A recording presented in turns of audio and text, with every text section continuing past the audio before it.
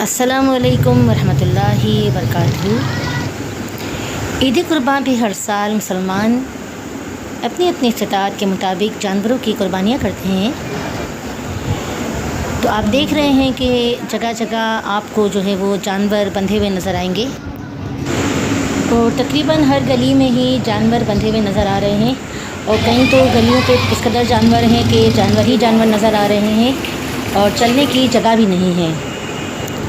और जिन लोगों ने ये जानवर खरीदे हैं वो अपने जानवरों को घुमा फिरा रहे हैं, खिला पिला रहे हैं ताकि ईद तक उनके जानवर जो हैं वो मोटे तगड़े हो जाएं। ईद उल अज़हा के मौके पर हर मुसलमान ये चाहता है कि उसके घर में कुर्बानी हो और कोशिश करते हैं कि वो कुर्बानी करें। तो आप देख रहे हैं कि माशाल्लाह माशाल्लाह कितने प्यारे प्यारे जानवर हैं और किस तरह लोगों ने इन्हें सजाया हुआ भी है। ज़्यादातर लोगों की तो ख्वाहिश होती है कि वो पूरा जानवर ही करें, लेकिन बाज़ लोग फिर हिस्सा भी डालते हैं।